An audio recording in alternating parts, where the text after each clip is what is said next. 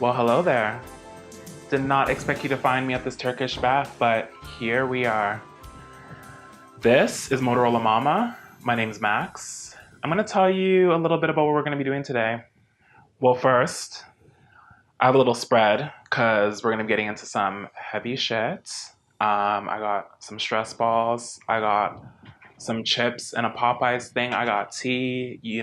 I'm going to maybe draw some stuff. I might even need to lotion my hands, but we got it all set up. So here's what's going to be happening. Motorola Mama is my talk show. We're going to be looking at the mess that is the internet and pop culture. We're going to be offering a little bit of tough love, but also some tips on self-care and some tips on how to just get into a better place with your situation, because these celebrities, yeah. But should be good. We're going to first review 2018, which I like to call the year of the mess, because, my dear, it was. And nothing was messier in 2018 than the beef between Cardi B and Nicki Minaj.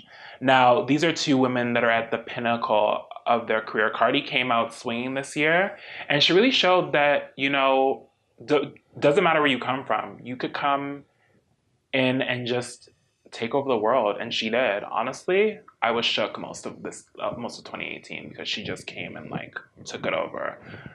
But with any newcomer comes the haters, and Nicki definitely was not willing to share the throne since she wants everyone to think that she's a queen. But more on that later.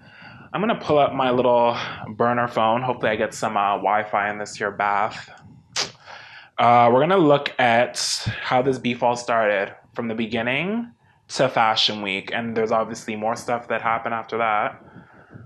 Okay, so why don't we start here, and then we'll see how it goes.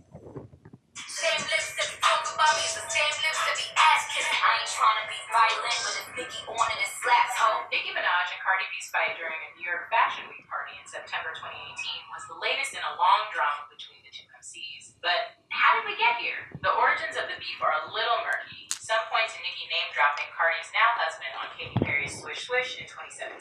So even that beef just give me more checks. My life is a movie, I'm never offset. Me and my amigos, no, not offset. Others think it was Cardi's appearance during Remy Ma's Summer Jam set right before Remy dissed Nicki on She Fair.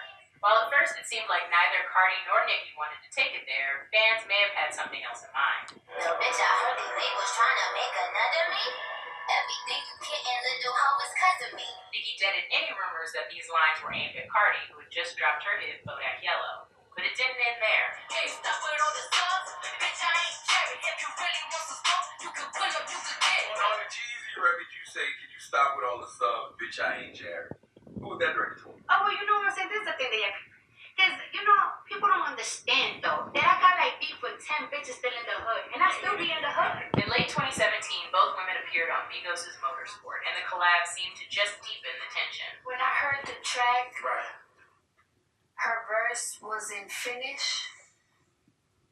Well, it's not the verse that is on right now. Later, in an April 2018 interview, Cardi continued to downplay the beef, instead blaming fans for wanting more drama. If there's something that you could talk it out, you could talk it out, because it's not always rah, rah, rah, this, rah, rah, rah, that, because we grown, unless you want to take it to the rah, rah, this, rah, rah, that. A few days later, a tearful Nicki pointed to Cardi's interview after Motorsport, where Barty said Nicki changed her verse. The first thing out of your mouth when someone asks you about a Nicki Minaj feature is, Oh my God. she changed her version of it. Excuse me? She really crying. The social commentator DJ Academics had the receipts.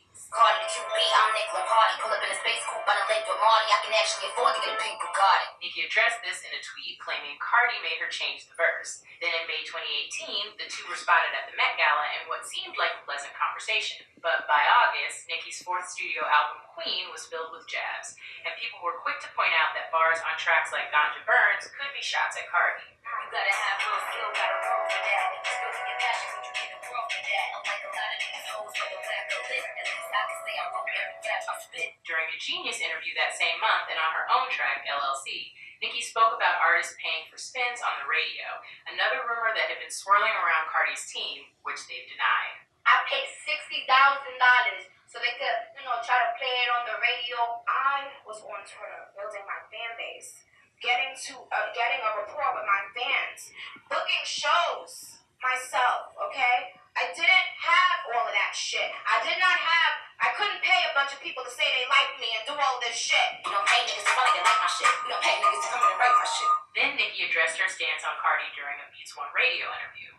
Now, I didn't know Cardi and I had an issue, but I guess we did essentially say, and other people are saying she may have taken an issue with things that I said, but I'm not going to bite my tongue. I mean, this is right. You gotta have thick skin. And Cardi addressed the Payola rumors and possibly Nicki during the 2018 VMAs. All the love that my fans, that my friends, that everybody shows me is genuine, is beautiful, and that's something that God give me that you can't buy, bitch. Then on September 7th, at the Harper's Bazaar Icon Party during New York Fashion Week, it went down for real, for real.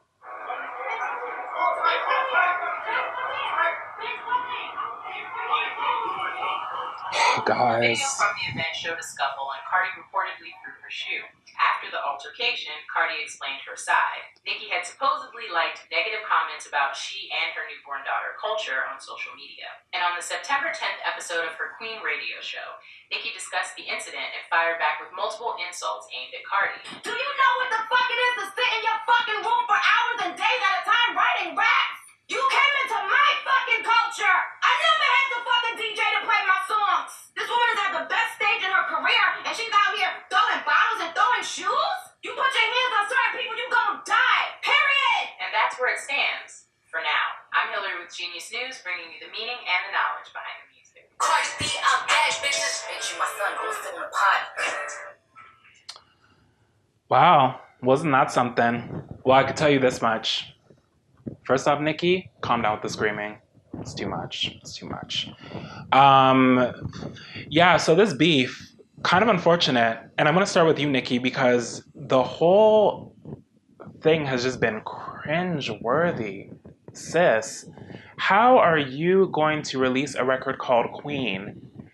The whole premise of this record is, being empowered, female empowerment, But Nicki, let's be honest, anyone that wasn't Nicki Minaj wasn't a queen in 2018.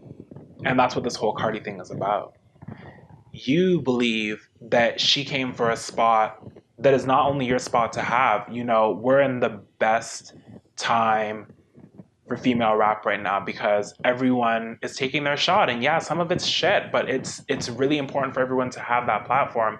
And Cardi's shown that, yes, the jokey girl on Instagram that, posts some funny videos, she could be a megastar. And I think that story is really important to tell. And I think at every turn, it was all about being like, no, fuck Cardi, or no, fuck Cardi, or let me throw this jab, or let me do this thing. It's like, grow up, Nicki. Grow up.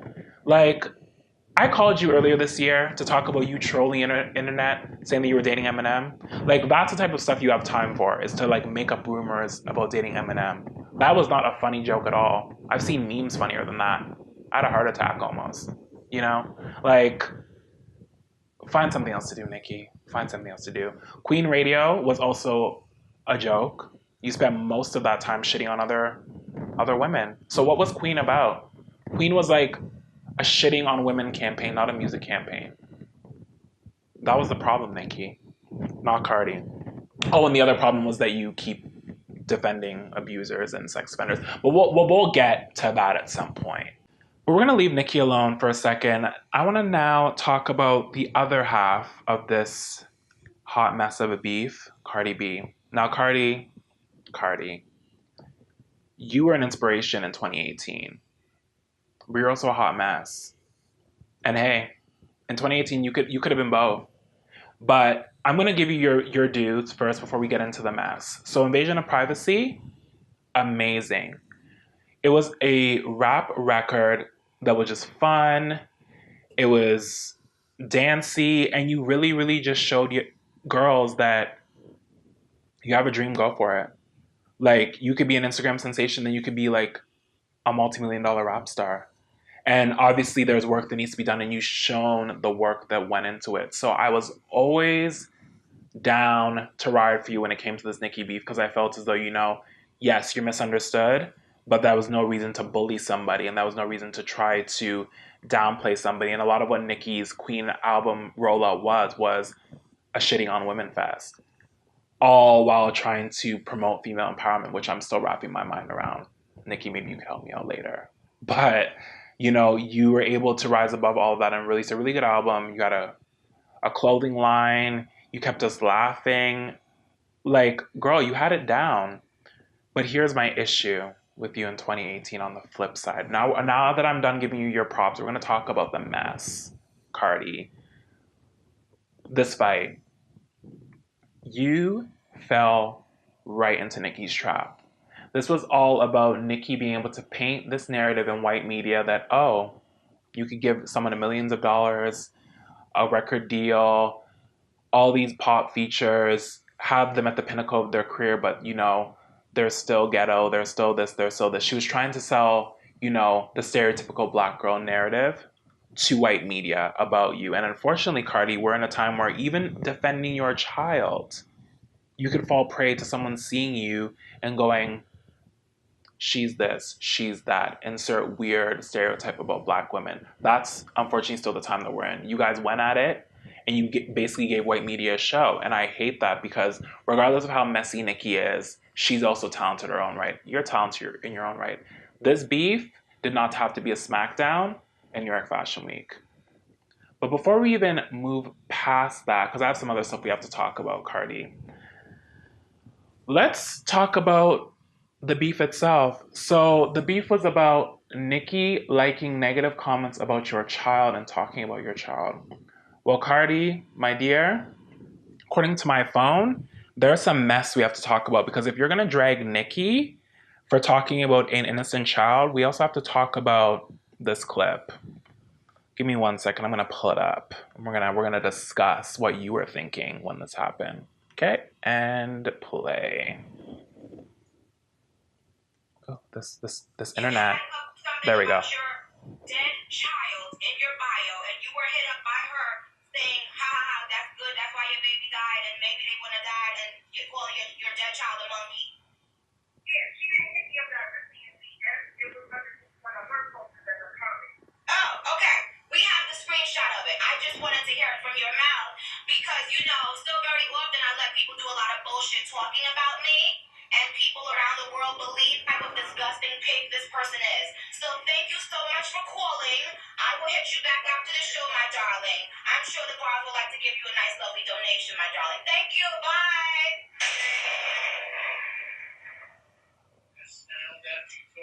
Calling a dead child a monkey, but telling people somebody talked about your child that never talked about your motherfucking child, so you can get some fucking sympathy points.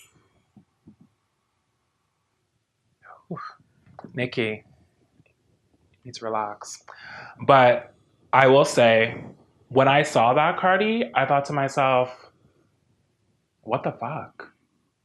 Like, we've all fallen prey to the tweet that was a little bit fucked up, or the thing that we said that was a little bit fucked up. Cardi, you should have cleaned that up before Nicki got her hands on it. You should have made right with this woman. Anything. But right there in that situation, people looked to you and went, okay, so yes, mother defending her child, but also you called someone's dead child a monkey. That's a problem, Cardi. That's a huge problem. But that is not where the mess stopped with you, darling. You want to know what else you did? You entertained the shit show that was Offset. Now, I get that that's your child's father, and I get that there was a lot of love there. But Cardi, Cardi. If I had to give away a Fuckboy of the Year award along with a Hot Mess of the Year award, I would take the two trophies and just make one big shit mountain. And that would be it would just be a mountain of shit. Because that is all this Offset situation was. This man brought you to the point that during your postpartum depression and all the other stuff you had going on, He's cheating. He's this. He's this. He's this. You're sending people to go fight girls that are his alleged mistresses. He's interrupting shows that you're doing. Like, Cardi, this man is, aside from Nicki, this man is the root of a lot of your issues. It's the root of a lot of your issues. How do you prosper after one of the most amazing years of your career when you have a loser who is not even allowing you to grow, not really allowing you to be the best you could be? And even aside from all that, it's not even giving you the respect that you deserve as a woman. Not giving you the respect to let you know where your relationship is, where it stands, what he's doing that you don't know about. Cardi, between Nicki and Offset, you literally just have two blobs of shit that are just stinking up your whole situation. And I want you to freshen up, my dear, in 2019. So what I'm going to do is I think it's time for us to have our first call. Let me just look. My contact gave me Cardi's number, and I'll never tell you who the contact is, so don't ask me. Let's see. Oh, there's a number. Let me just put that in. Okay, hopefully I get some good reception in this damn Turkish bath. Terrible internet. Not coming here again. It's fine. Let's see. Ring, ring, ring. Where's Cardi at? Hello? Cardi. Yep, it's me. It's me. I mean, I told you I was... Well, I didn't tell you I was calling, but I mean, you should have expected it. So Cardi, you were on Motorola Mama, my debut episode, so you're welcome. Sorry, a little bit of water there. Cardi, I want to start by saying, what a fucking amazing year. Evasion and Privacy was killer. You had an amazing line, and you just really showed everyone that it doesn't matter how crazy the dream is. You could really achieve that dream. You know, I was watching you on hip hop and I was like, this girl's not going to be a rapper. And I was like, a year later, like, whoa, she's an amazing rapper. She's doing her thing. She's signing deals. She's just showing us another side to this fame thing that is, it's really, really cool. Like all the bullshit aside, you really, really did it. So congrats on that, my love. That's amazing. What was not amazing, Cardi, was all the bullshit that came with it. Let's start with this Nicki beef, for example. Cardi, you and I know damn well that Nicki's Queen album rollout was just her getting on the radio and talking smack about other women, downplaying other women that were not on her level or her perceived level, and just putting up roadblocks for you in your career. Now, this is your typical bully situation, and obviously, like any situation, you get tired of dealing with your bully, and you had to fight back. But Cardi, my love, this is a very cutthroat industry, and that sounds so corny. I've heard it so many damn times in my career that I can't even count. But listen, Nicki sees that the top spot is being taken by someone, and this idea of being a queen has gotten to her head so much that, again, if you're not Nicki, you can't be a queen. And I see the potential in you, Cardi. I see the potential in you. You have all of it, but you're being sidetracked by all this bullshit. All this bullshit. You know, like, let Nicki roll in the mud if she wants to. You know, we have so much that we could be talking about when it comes to Nicki Minaj. You know, sex offender boyfriends, defending abusers, like, you know, this queen narrative that she's selling, it doesn't really work when you're doing all of that. But when you're going as hard as you've been going, Cardi, to better yourself, you know, further your career, show young girls that you can be that badass, you know, whether that's a rapper, whether that's a singer, whether that's, you know, an astronaut, whatever you want to be, you could be that. You were in that bracket of women, strong women in 2018 that just showed whatever it is that you want, you could go for it, and we needed that. But everything else that came with it, girl, we didn't need that. I could have actually skipped all the bullshit. So my advice for you on the Nicki side for 2019, let Nicki play in the mud by herself.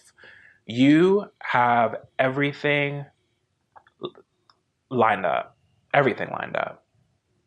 The momentum off this record alone, you could go into next year and release an amazing record. You know, you've taken a strong stance against the Super Bowl not performing. You know, like people are just really seeing you as not just this, you know, party girl, but, you know, a businesswoman, you know, someone who has so many dimensions to them, or, you know, and is working on themselves. And you can't let anything get in the way of that. So yeah, Nicki, we're going to say Nicki who? Minaj what in 2019? That's going to be how we're going to handle that. Now, in terms of you and Offset, my darling, we're going to have to just let that go. You know, I think more often than not, and you know, I have this conversation with so many of my friends, it is so hard for Black women to walk away from abusive situations. It's difficult. Whether they're physically abusive, emotionally abusive, it is always difficult to look in the mirror and say, I'm ready to let go and I'm ready to really, really, really better myself and free myself of the BS. And Offset is trash. He's trash. Like, you know, yes, that's the father of your child, and like Culture is the cutest cutie ever. Like, you guys made a beautiful child, and I'm sure he's an amazing father, great business partner, all the stuff you've said in interviews. But Cardi, those are the things that we tell ourselves when we're dealing with an abusive person. We're like, oh, we need all of this, and that in some way compensates for all the other stuff. And in this case, it doesn't. You're dealing with a man that actually can't do anything for you other than be a piece of arm candy, and that's it. He doesn't even have enough respect for you to tell you when he's out here with different women. Like, it's the type of situation that's going to have you reverting back to old patterns, violent patterns, having you stay in that space that you were in before the fame. And we have to grow, Cardi. I've learned that more than anything in 2018, my dear, that we have to grow and we have to prosper and we have to leave certain BS behind. So in terms of Offset, I'm going to just say, yeah, you know what I'm going to say. Just take care of it. Take care of it. You know, Cardi, just take care of it. Like, I've seen you in interviews being like, oh my God, I miss the dick and da-da-da-da. Cardi, dick comes a dime a dozen, okay? It is, you know, like, we've all had our share of dicks, Cardi. And I know there's always that one that has you feeling like, oh my God, like, I'm swept away and he could do no wrong. No, Cardi. Like, let's not get digmatized. Let's move on to bigger and better things in 2019. You have a record you've announced, which I know is going to be hot. You have a Fashion Nova line that's doing good. Like, Cardi, just leave all the mess behind, my dear. We are ready to take over, you know? And a lot of what that involves is letting a lot of those demons go, whether that is in the form of an actual person, a past event. You just have to be ready to just step aside and just let it be. So that is my advice for you, my friend. Let it be. Let Nicki do what she's doing, which is not very much except looking foolish, and let Offset stay off. Just plug him out. Just plug him out. Yeah. You enjoy your beautiful child. You enjoy all the fruits of your labor, and you just enjoy being that badass that you've been in 2018 into 2019, my dear. You have it all. You could get it all, but you need to leave some dead weight behind. Just yeah, all of it. Just leave it in 2018. So with that, my love, we have more show to do and more people to get together. So I'm going to leave you, but give Culture a kiss for me. And yeah, 2019 will probably be another year of mess. So I'm sure we'll be talking again. So just, if you see that private number, it's probably me. And no, I will not tell you what number I'm calling from or where I'm calling you from. Yes, that's how it works on my show. Sorry. Okay, Cardi. Well, yeah. I hope you have a good year. Happy New Year. Best wishes, and leave fuckboys in 2018, please. We all want you to win. Okay, my love. Ciao for now. Whew. Well, we're gonna take a commercial break. I need to do some yoga. I need to eat more chips, and I need some tea because these girls have been stressing me out. We'll be right back.